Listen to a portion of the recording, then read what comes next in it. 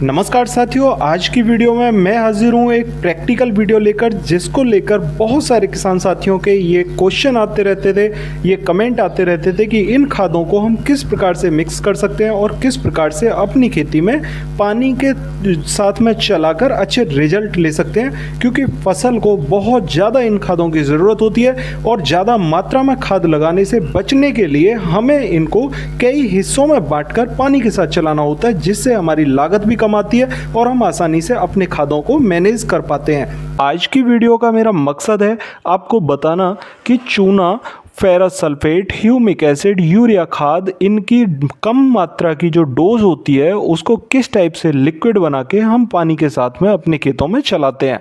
तो देखिए, सूखा चूना यहाँ बाल्टी के अंदर मैंने डाला, उसमें अब पानी डाल दिया। सूखा चूना मात्र 3 किलोग्राम था और 3 किलोग्राम के बाद में अब लगभग 15 लीटर पानी इस बाल्टी के अंदर मिक्स कर दिया है।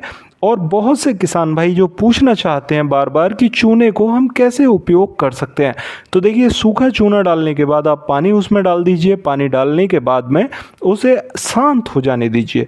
जब वो नॉर्मली बिल्कुल कंट्रोल में आ जाता है, नॉर्मली शांत हो जाता है, तो पानी ऊपर रह जाता है और जो चूने का मतलब बचा हुआ पार्ट है वो नीचे बैठ जाता है।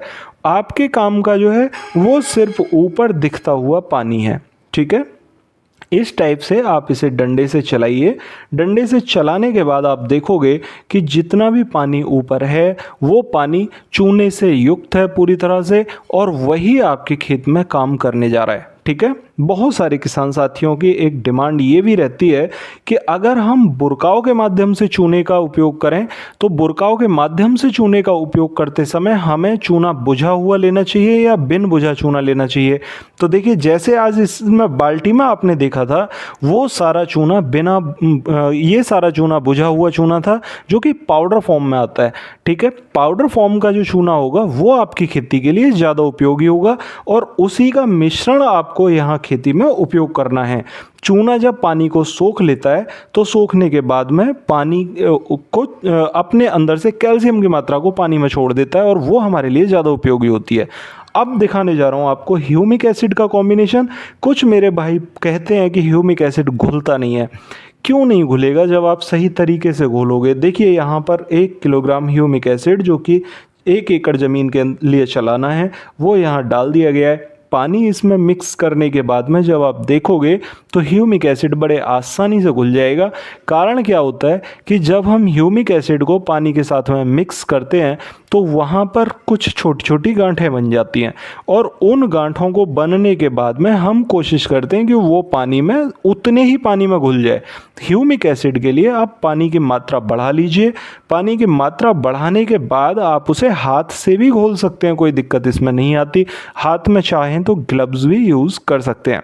ठीक है, अब ह्यूमिक एसिड को जब हमें पानी के साथ में चलाना है, तो पानी के साथ में चलाने के समय पर ह्यूमिक एसिड जितना मात्रा में घुल जाता है, उस घुले घुले पानी को आप चूने के पानी के साथ मिक्स कर लीजिए। ठीक है, और जितना भी नीचे बचा हुआ है उसे आप अगले जो पानी के साथ में चलाने वाला खाद है उसके साथ मिक्स करके छोड़ दीजिए।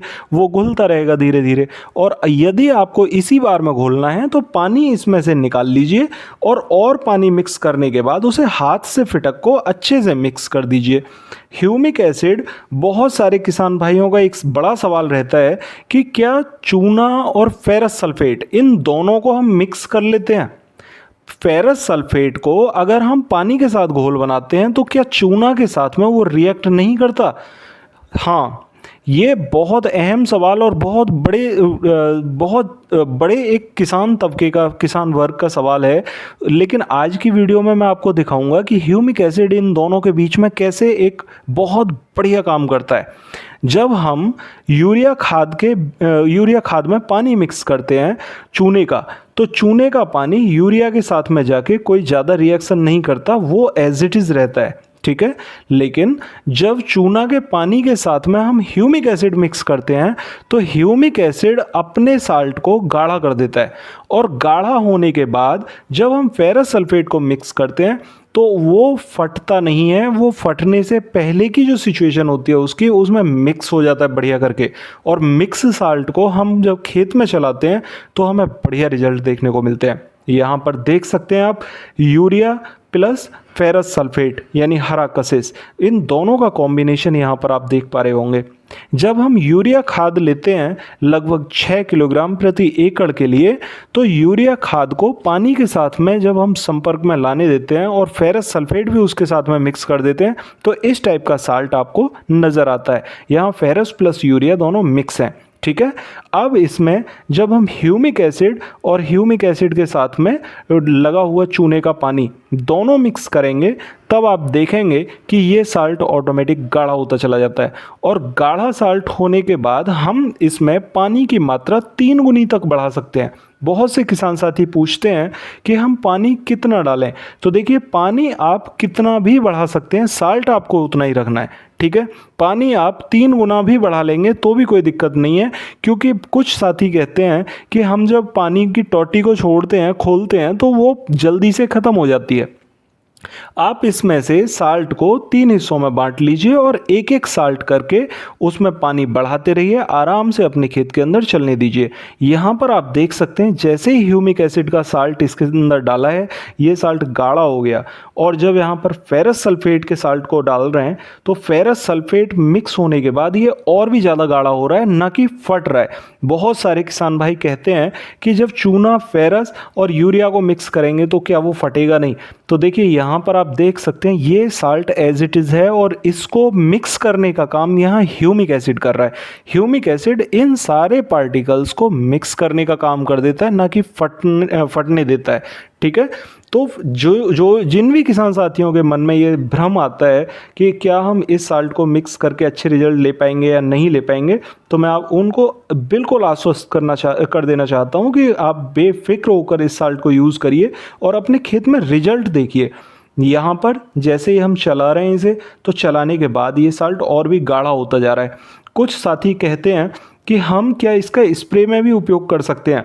देखिए यदि साल्ट आपका लगभग 500 ग्राम चूना है, 500 ग्राम चूना, 500 ग्राम फेरस सल्फेट, 500 ग्राम ह्यूमिक एसिड और मात्र 500 ग्राम यूरिया, ठीक है, तब इन चारों साल्टों को आप यूज़ कर सकते हैं। मिक्स करके एक जगह मात्र 1 एकड़ ज़मीन में उपयोग करें, ठीक है। तब ये साल्ट आपको 1 एकड़ ज़मीन में अच्छे रिजल्ट देगा स्प्रे के माध्यम से यूज़ करने पर।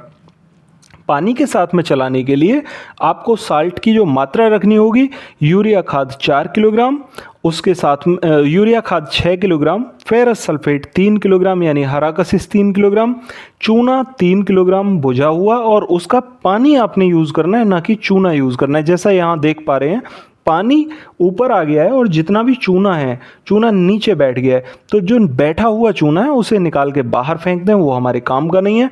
और जो पानी के अंदर डाला हुआ चूना है, पानी में मिक्स हो गया है, वो हमारे काम का है और उसे हम यूज़ कर सकते हैं, ठीक है। और इसके साथ में ह्यूमिक एसिड की मात्रा आपको 1 किलोग्राम लेनी है और इस साल्ट को मिक्स करके आप अपने 1 एकड़ ज़मीन में बड़ी आसानी से चलाएं।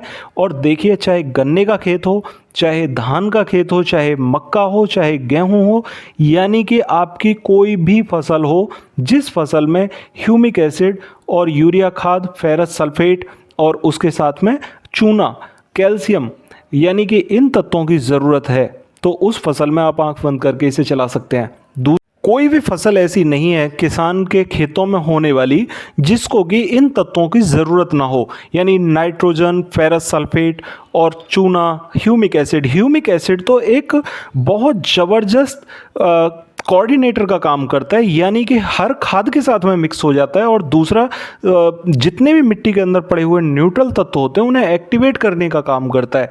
तो इस खाद को लगाने से तो हमें बहुत ज़्यादा फायदे देखने को मिलेंगे साथियों।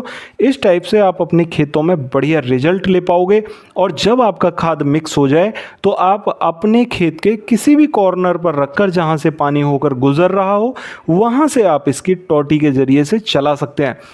साथियों अब मैं पूर्ण रूप से आश्वस्त हूँ कि आप इस बात को समझ पाए होंगे। फिर भी अगर आपकी कोई क्वेरी हो तो कमेंट बॉक्स में पूछना, और अगर चैनल पर नए आए हैं तो चैनल को सब्सक्राइब करना बिल्कुल भी ना भूलें, क्योंकि इस टाइप की महत्वपूर्ण वीडियोज़ मैं आपको देता रहता हूँ। साथियों मिलते हैं फिर अगली वीडियो में, तब तक के लिए नमस्कार।